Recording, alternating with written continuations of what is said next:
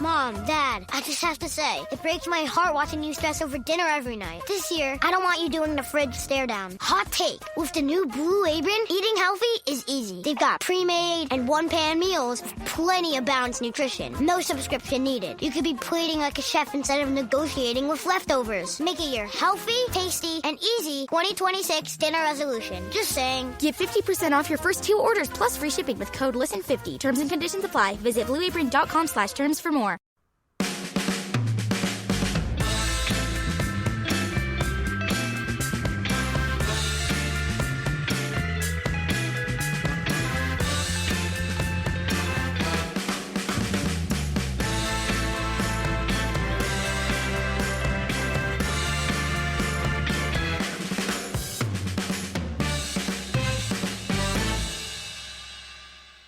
How's it going, Daniel? Are you all right? I am good. I have seen United battered twice again this week. Yeah, I feel like at this point it's become, inevitable. Amusing, I was going to say.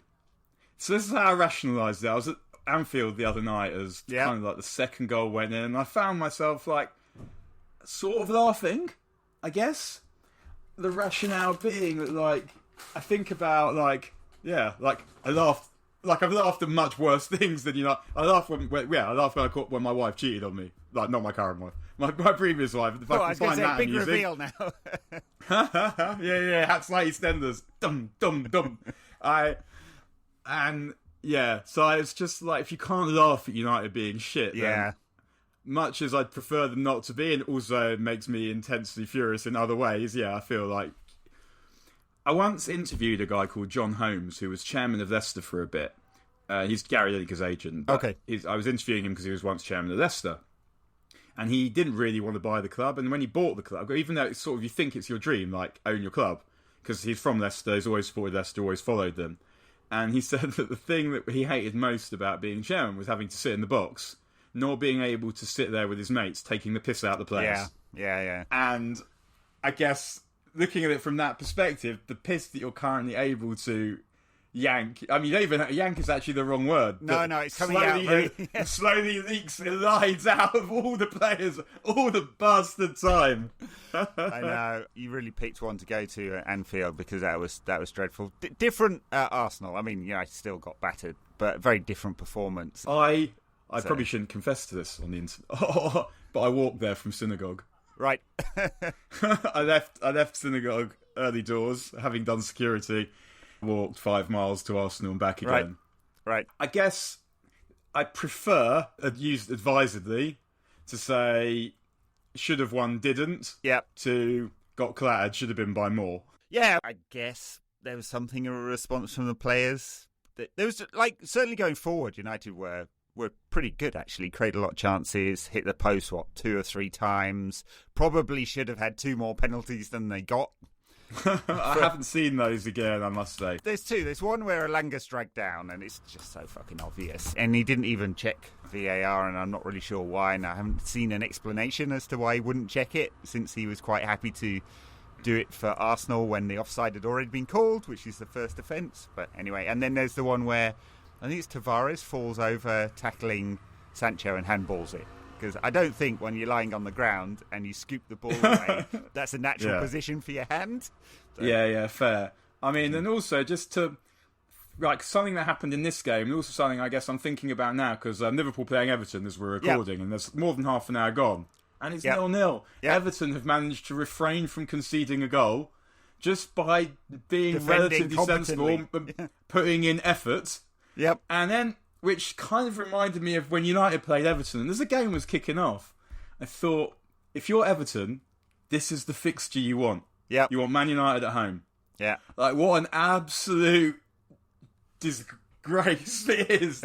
And you kind of, you find yourself using words, the kind of words that you laugh at idiots for using on football phone-ins. Like, it's a disgrace! Yes, Like, behaving like those people, or at least, like, sharing some of their thoughts, because we've all become someone calling Robbie savage, haven't we? Mo Salah said it after the Liverpool victory. He said they made it easy for us, and which is like true of almost every fixture United are involved in at the moment. No one else concedes goals like they do. Honestly, like what they do so beautifully. Like my favourite iteration of this, I think, is Sheffield United at home last season. But it's consecutive errors. Yep. Where you get these goals where literally like every member of the back four and half the midfield is fucking up, either successively or in concert. And you get, I guess we could semi-excuse Varane in that he hadn't played for a bit. Yeah. But he's definitely caught cold on not meant at least to do one. that. Yeah. He's still... And with him, again, it's just, why aren't you making the people around you play better? Yeah. Because he is rarely individually responsible for, like, the mayhem.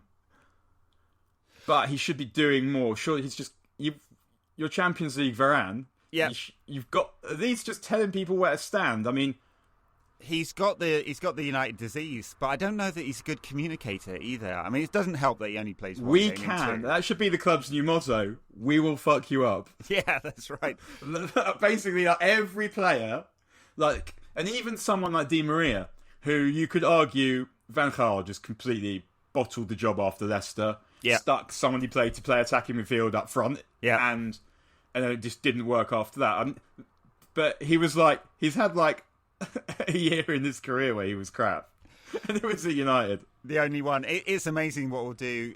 So, I mean, I find myself drawn to Ralph Rangnick. And I know he's gone demob happy and he's saying things he probably shouldn't do in public. But he deconstructs every performance in a much more efficient manner than he appears to be actually building a team.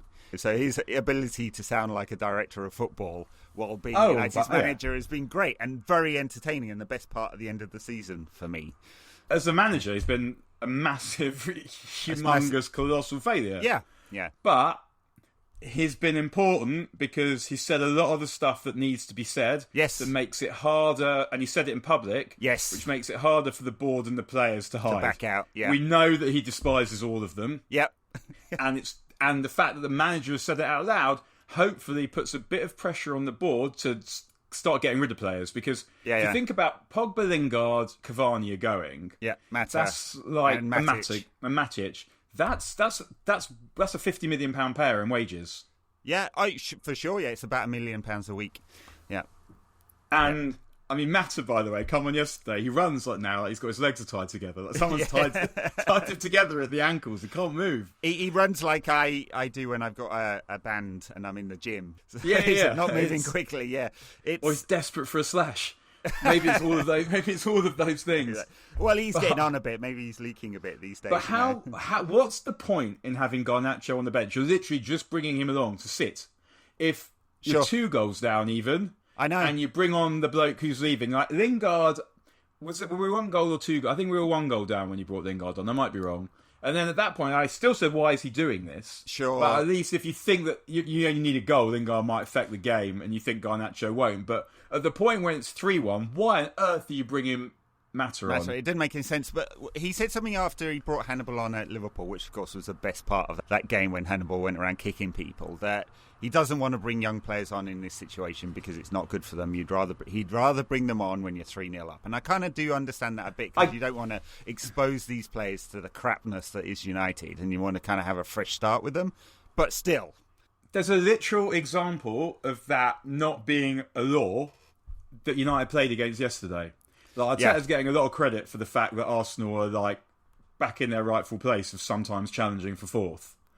But the reality is that, I mean, I had to watch quite a bit of Arsenal last season because I was watching them for work and in the Europa League and stuff. So, and I think even the season before under Emery. And in fact, so I could see in those snippets that I was seeing that Saka was a player. Sure. But Arteta only started playing Saka and Smith Rowe when he had Martinelli, even when he had no options. Sure, he was about to lose his job and it was toxic, so he had nothing else to do. Because sometimes your best players are the younger players. Yeah. And I'm not saying that Garnacho should be starting every game for United. I am saying that if you're 3-1 down with 10 minutes to go, you might as well bring him on and not bring Mata on. Oh no, look, I fully agree. It's the best of 2 difficult choices there. I'd rather bring young players into a team that's successful, of course. But United aren't there and won't be there for quite some time until we've had this big reset. You get a lot of fans on board, and we've seen this at Arsenal, when you bring a lot of young players into the team, and they made a decision at Arsenal that it wasn't working, getting older players on shorter-term contracts, on big wage packets that weren't delivering, to just go with the youngsters anyway. And Saka has added, to the talent, he's added some output this season, which was always the criticism. He wasn't scoring goals or even providing the assists. And now he is, and that's taken his game to another level. And it will happen at United too, if Ten Hag brings in younger players to this team. And imagine he brings in younger players and United still get only 60 points next season. He's going to take a lot of heat, but he'll take less heat than... And he'll probably have a year to sort it out. But exactly. One of the things I guess I found... I mean, the thing about the actual game was it felt like a missed opportunity to ruin Arsenal's day. Yeah. But... one of the things that was slightly consoling was that they are not on the cusp of being good. No. They're not the first choice fullbacks and the centre forward that they buy away from doing very much more than what they're doing now. I think even if we didn't buy anyone, with a manager doing a good job, we'd finish above them next season. But with players coming in and players going out, I'd be surprised if we finished below them next season. Yeah, I mean, it definitely needs the house cleaning to happen. Paul Scholes said something which I think was a bit naughty of him, really. He said, I just had a chat to Jesse and he's been talking to me about the dressing room, and it's an absolute... I can't remember what words he actually... Poisonous? Toxic? Or disgrace or something. Disgraceful, I saw that. Something like I saw that, yeah. Yeah. So he probably shouldn't... I mean, like, Lingard's one of the problems, right? Clearly, but and he's going, so I guess Lingard feels free to say that kind of thing. And Paul Scholes revealed it. Probably shouldn't. I was kind of reminded also during the game of, I don't know if 01-02, when on United played Liverpool on Sunday and lost 3-1, the goal when Reece scored. And then the following day they played Arsenal in the League Cup and lost 4-0. Right. And I remember seeing they'd lost, the 3-1 and 4-0 on Sunday and Monday. And it was the other way around. Obviously we lost 4 to Liverpool and 3 to Arsenal on this occasion. But this was obviously quite significantly worse, even though neither of the games meant anything, because we're still in this horrendous position of being absolutely useless. I mean, the defending in particular, but it's just ultimately they can't score or stop other teams from scoring. Like, they find both of those things intensely difficult, and which is a problem when you're playing a football team. Yeah. I mean, the first Arsenal goal was a case in point, wasn't it? I mean, it's the ball comes across, no one closes him down, so Dalot doesn't get to the cross. Both Varane and Tellez missed the ball. It's gone through both their legs, basically. And then Dave's pushed it into the attacker's path. Well, in fact, Tavares' path, who's the player who put the cross in the first place, so no one's tracked him across. And Dalot is still on his heels. What's that, 4 errors in one goal? It's pretty special to do that. And at that point, I'm thinking they won't declare like Liverpool did. Yeah, but luckily it turns out that they're shit. So it didn't get bad in the way that it might have done. But even at 3-1, you're still thinking, Christ, we could let another one in here. But then, I mean, the second goal was like in this way. That was one of those things that was amusing in its way, where you just have to find this shit funny, or else you'd be sitting there going, we've literally been made to see them score their second goal twice. Yeah, that's right. I mean, it was a really curious decision because... obviously, it's offside. Offside comes before everything else. I couldn't work out, and obviously they don't do referee interviews, which they really should. I think everyone would enjoy that, except for the referees. So I haven't had seen clarification on why that was given as a penalty, because it's not. Obviously, it's a foul, but that comes after the offside. So anyway, it's just one of those things. It all went in the Arsenal's foul favour after there. the offside makes no sense. So, I mean, it's... Because if it's offside, then it's offside. It's offside, yeah, and everything else matters nothing. I mean, except for if you go off and headbutt a player afterwards, nothing else after that matters. So, anyway... But actually, I think it was before that, but it might have been after it. Arsenal got a free kick, and it was sort of near the left edge of the box, and Sancho was the draft excluder. Right. I have never in my life seen anyone make such a fuss about doing that. Should you like this angle? Should you like that angle? It's just like, actually, I now hope that it zetzes you, because this is so pathetic. Because the thing is, right, is when no one lay behind the wall, almost no free kicks went under the wall. Yeah. Almost. Lying there is the safest place on the pitch. If you're lying there, the ball's not going there. Yeah. And yet it was just so wimpish and so characteristic of this team of absolute wimps. On which point, it was the thing that really, again, characterised it for me was what Maguire said before the Liverpool game. Yeah. Where he goes, we're not trying to stop them winning the stuff. And it's, I know. This is just another game for us. Get on board, for the love of God. And Harry, it's just, you don't get to say that if you're crap. Yeah. Because if you're rubbish and you treat it like any other game, i.e. like you've been treating all the other games, except you're playing the best team in the world probably on form, sure, you'll get a hammering. But in any event, in general, if you're playing a team who are a lot better than you, if you don't play like psychopaths, you haven't got a chance. No, that's right. And he basically gave it up at that time when Arsenal were beaten in the tunnel before the game. Roy Keane gave it to Patrick Vieira. United were the best beaten. Premier League game I've ever been to. Yeah, it's just awesome. So best league game, good. in fact, not best league game I've ever been to. Yeah, but United were beaten in social media before going to Liverpool. I just wish Harry would shut up. What I really wish, to be honest, and I don't want to kind of join the Twitterati toxic mess, but I just wish he'd just fuck off. I mean, he's just symbolising everything that's wrong at the moment. It's not entirely his fault, but money plus pathetic performances plus wimpish I'm sorry to social media posts plus that interview where he basically said I don't give a fuck, basically. I just wish he'd fuck the fuck off. He doesn't. I can say it's the thing about what he said is it's like, number one, like, you're captain of Man United, you should understand that the treble has to be defended at all costs and say so. But also, like, it's just so thick. There's so many better answers there. Like, I don't know. It is a matter of personal and professional embarrassment that Liverpool are even on for this, and we will be doing everything we can to stop that from happening. That's a sensible answer, because the way you compete, it's not like you can say one thing and do another, obviously. Sure. But the way he said that is the way that this team compete. Like, they're wet. I'm just watching. Got this Merseyside derby, and Thiago has accidentally, I don't even know, done it on purpose, trod on Richarlison. And it's about 25 yards out from goal. And once the ball goes dead, like when someone Doucouré clatters Fabinho, who incidentally is a big Bolsonaro supporter, like his wife, when you hear about Liverpool and their left-wing support. Likewise, Alisson. Anyway, the whole of the Everton team are out there. Even Pickford. Pickford is out around the ball, and fighting for it. Yeah. Against Liverpool, there was a time, I think it was in the second half, Fabinho just ragdolled Bruno from behind, chucked him to the floor. No one does shit. No one says anything to the referee. Never mind, like, the whole team are there in Fabinho's face. And it just shows the total lack, not just the lack of moxie, but also just the lack of spirit. I totally agree. You're on a football pitch, right? Even if you don't want to have a fight, you're not going to have to. There's a referee there. There are loads of people that will stop a proper fight from happening. So if someone, you're not playing on Hackney Marshes, where if you rise up at the wrong person, you'll be wishing that you didn't. Yeah. Sure. I was once playing football in the London Legal League, and I wound up the wrong centre back, thinking I'm playing in a law firm against another law firm, and threatened to stab me round the back. Anyway.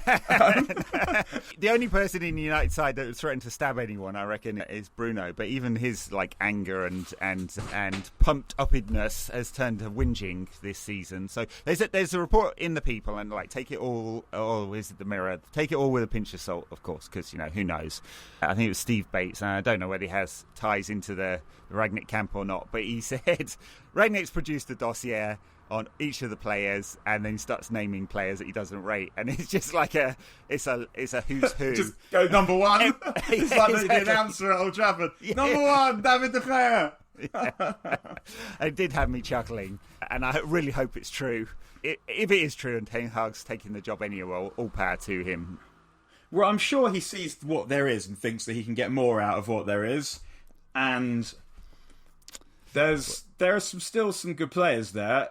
But, I mean, I don't know. I mean, I'm not sure quite where you start. We still want that number 6. And the funny thing is, I wouldn't even be that surprised if we didn't get one, because Ten Hag might think that he can't get who he wants, so he's going to get by around it. I wouldn't even be that surprised if that happened. I mean... Yeah, I mean, he would be very foolish, but... But I think it'll be something like a number 6, a centre-forward, and a centre-back. But then I say that, and I think, but... what about the fullbacks?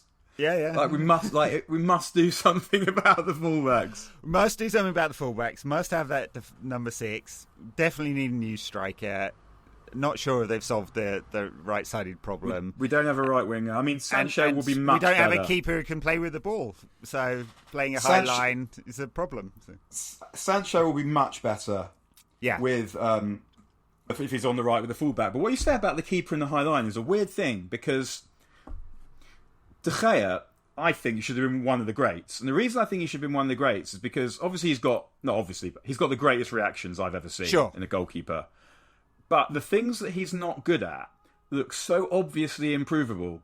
Just come off your line a bit. Yeah. Just get a bit better. Come for crosses. Call for the ball. In 10 years, he's not improved that. It's amazing. Why hasn't he got better at that? I don't get it at all, because I can't say to Dean Henderson, like, get faster reactions. He is what he is. Yeah. And we should have sold him 2 summers ago, I think, because he's never going to really be good enough to be a United goalkeeper. Sure. So at the peak of his value, they should have flogged him. But anyway, you can't tell Henderson to get better at doing the stuff that De Gea is really good at. But the stuff that De Gea is bad at, it's just very hard to understand why he can't just be better at it.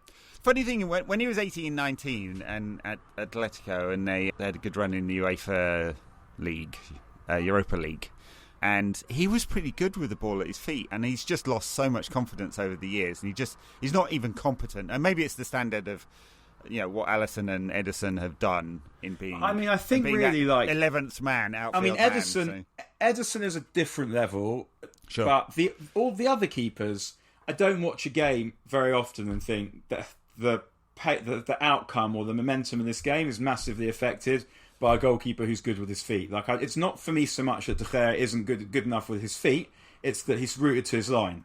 Yeah, sure. Oh, so, that's crime number 1, and then the second crime of him United not being able to play out the back. It's partly his fault, not his entire fault. So, like, you see the goals, like the one that we conceded at Burnley, where the bloke runs from almost the halfway line. Yeah, whoever it is that dickhead Jay Rodriguez, I think it was.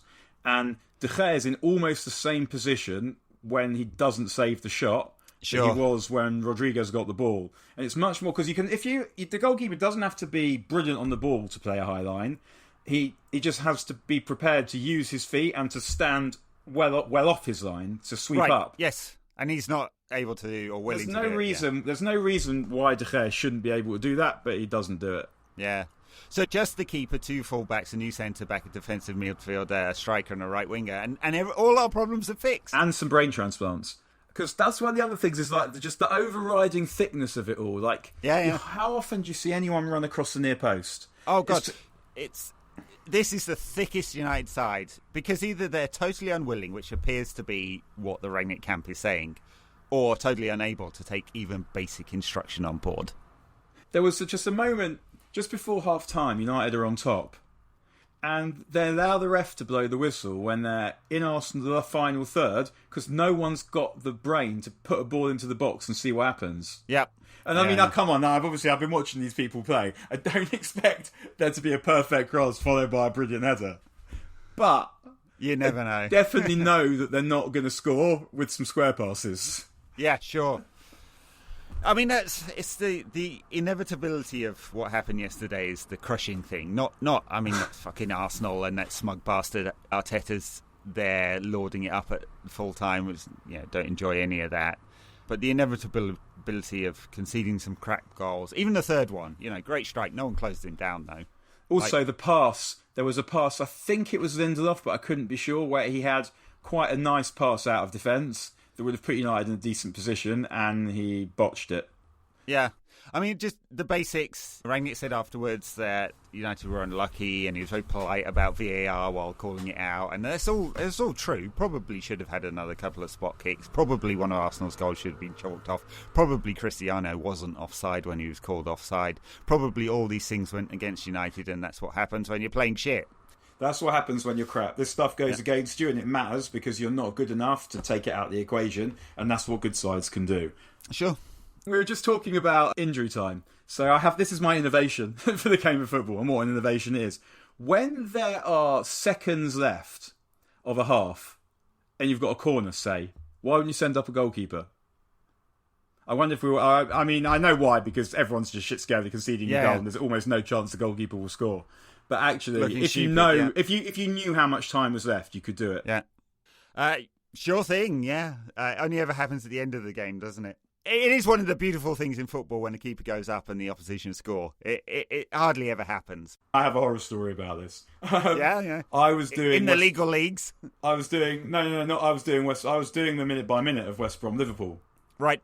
Oh God, yeah. And Alisson comes up and they need an equaliser. Was it an equaliser? And do you know, like, and it's that point that got them in the Champions League, isn't it? I just saw it was going to happen. I swear to you that I saw that ball going for Alisson's head before even Alisson knew it was going there, because I had it in my mind that this is what's going to happen, and I'm going to need to effect joy and excitement at seeing this momentous event. And what I actually want to do is throw either my computer, myself, or both out the window.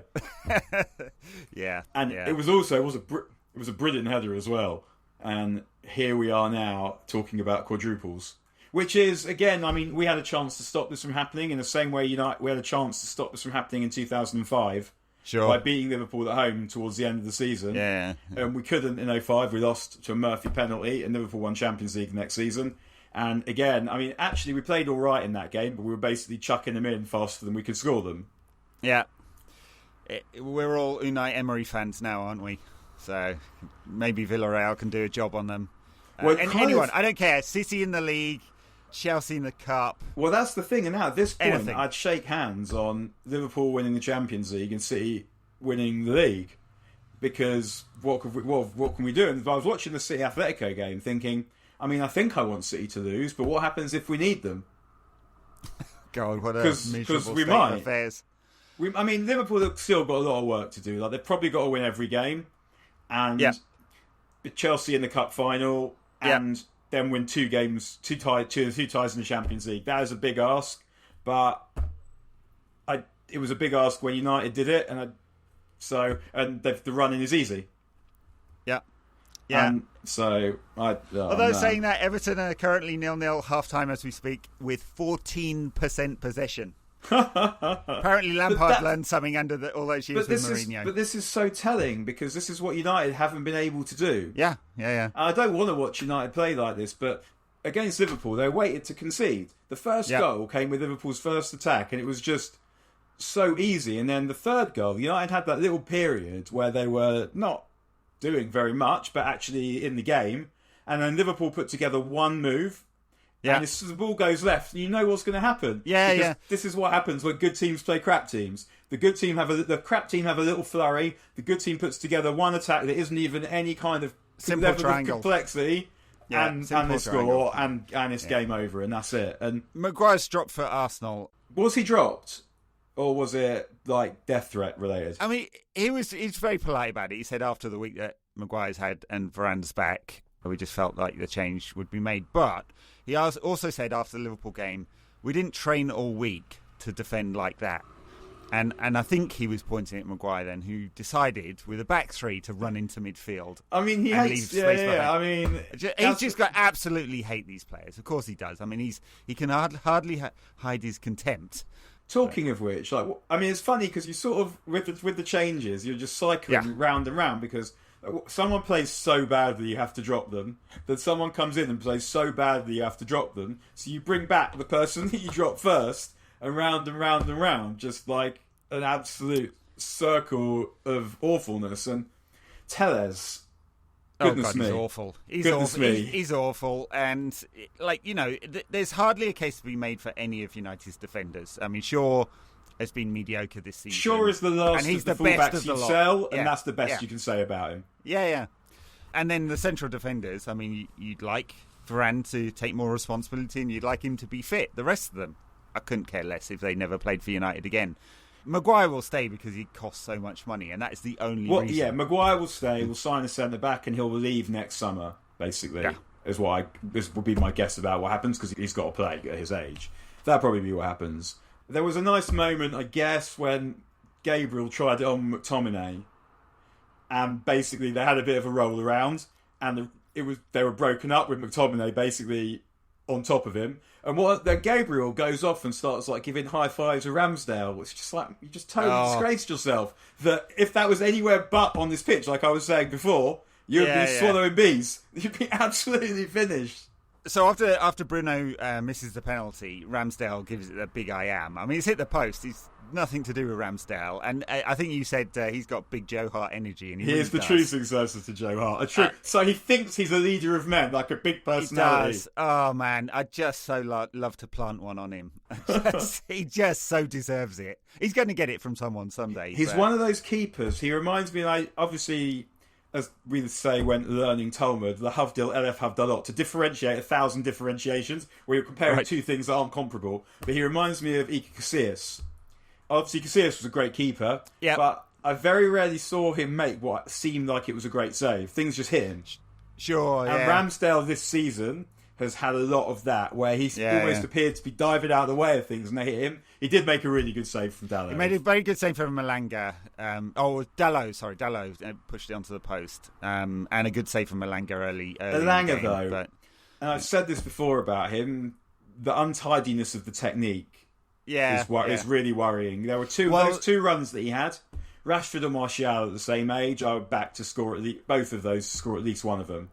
He definitely needs to work on that bit. And Rangnick said, I think after the Liverpool game, he has to have the ball in front of him, which again is another nice piece of public deconstruction on Elanga's game. So for a forward, he can only play in those wide positions. But if you're at his age, as a forward, your touch should be better than this. Yeah. And if it isn't, it's a massive problem, because why hasn't it got better by now? And what's going to happen? Like, that's the kind of thing that, like, you hone as a child. Yeah. So the positioning will get better, right? You see that with Cristiano. I mean, I don't think it was obvious that he would score 40 goals a season for 10 seasons in a row when he was 18. So obviously he had the technique. But yes, Elanga's technique is a challenge. And everything else I like lots about his game. But that bit is a challenge. It's the least of United's worries, honestly, that Elanga's touch isn't awesome. I mean, anyway, it's not about that. It's just when I watch him, he's someone you hope will be a United player, and I keep coming back to that one. We'll see whether Ten Hag will be able to improve it. Anyway, so shall we? I think that's about it for the Arsenal game. Shall we take a mini break and talk about United 0, Chelsea 4 on Thursday night?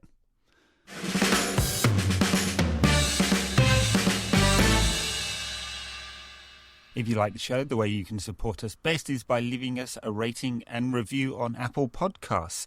And it really doesn't matter what you say in that review either. You can say you'd rather we talked about Manchester City and Liverpool. Just hit those 5 stars. Many thanks.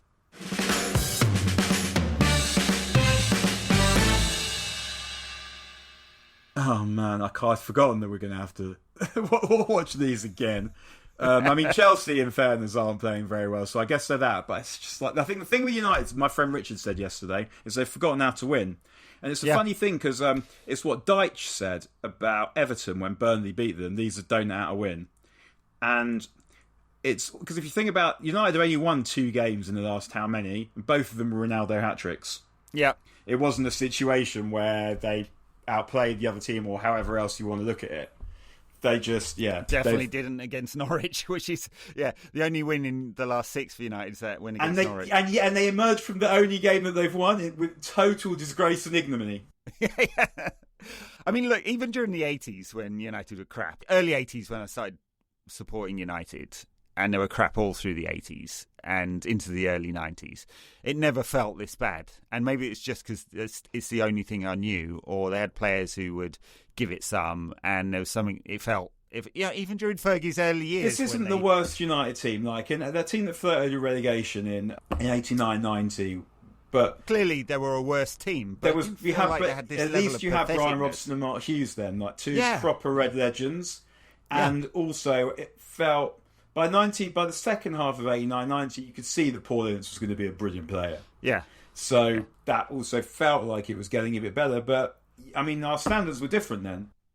Sure, of course. I mean, it's all context, right? But which is why, I still haven't managed to wash off the glory years. So, nearly 10 years after Fergie left, And I still haven't quite got used to being this crap. Maybe I should be, and maybe that's a pathetic situation to be in, but it's still the ignominy of being this crap. Having my Arsenal supporting mates text me going, "Do you enjoy the football?" No, of course I don't enjoy the football. It's fucking miserable. It's horrible, and these are pathetic, and I hate all of them. And there's barely a player I'd like to see in a United shirt again. The team, like the 89-90 team or in 86-87, when you also had Whiteside, but you didn't have Hughes, was that there was a couple of players you loved, and then around them, there weren't players you really significantly disliked. Or so, like Clayton Blackmore, was not Les Seeley, Steve Bruce, were players you could get behind because they weren't not putting in enough. You had some players around that time who weren't good enough, but they were all putting it in. They were all trying to be good. Yeah, And so at this point, we don't have that. Like, we're just seeing it's not possible for this team to be playing any worse than they are this season. It couldn't have been worse this season. That's why, and we're obviously expecting better as well. And that's why it's been definitely for me, in my experience, the worst season in my lifetime of following United by far. Even though, as I said, it's not the worst team, but they are the worst. Yeah, I know, for sure. And they're paid unbelievably well. And I know this is, like, again, phone-in territory. For years, United have been handing out contracts as a reward for failure. There's talk of Marcus Rashford getting a new contract. Maybe it's true, maybe it's not. I'd like to see what Ten Hag can do with him. But he shouldn't be rewarded for 2 dreadful seasons in a row with a mega pay rise, because that's exactly the kind of thing, and I'm not picking on him particularly, but it's exactly the kind of thing that's led to us to this situation where the players don't care. They don't have any consequences for failure. The fact that they couldn't be asked to get in the Champions League is just couldn't be so damning. Disgusting. The way they played against Leicester and Everton, where the Champions League was really there. I win those 2 games, and the Champions League is there for them. Yeah, and some of them obviously know they're not going to be there next season, but Lingard wasn't playing. Did Pogba play both of those games? I think he did, didn't he? He did, yeah. But Lingard wasn't playing. Matic, they're not there. They weren't playing in those games. And so we can't just say that's why. It's not just them, it's all of them. It is all of them as a collective. The lack of pride and accountability. I was about to compare really it to an Agatha Christie, but I don't want to ruin it for anyone who hasn't yet caught up with Murder on the Orient Express. Unlike Agatha instead Christie, we can compare we know what the Junior end of the Caesar. Season looks like. United have Chelsea on Thursday. They're going to lose. I mean, Chelsea's the only way United don't lose to Chelsea on Thursday is if Chelsea don't score, right? Because they're going to be better in defence and better in midfield, much better in midfield than United. So if Chelsea can't score, which can happen, and then we have Brentford at Old Trafford, and then away to Palace with a 2-week break. And it's just like they all look like United are going to lose all of them, to be honest. It's hard to paint a scenario in which that doesn't happen. Maybe last day of the season, Rangnick goes, well, fuck it, I might as well play 10 kids. He might do that.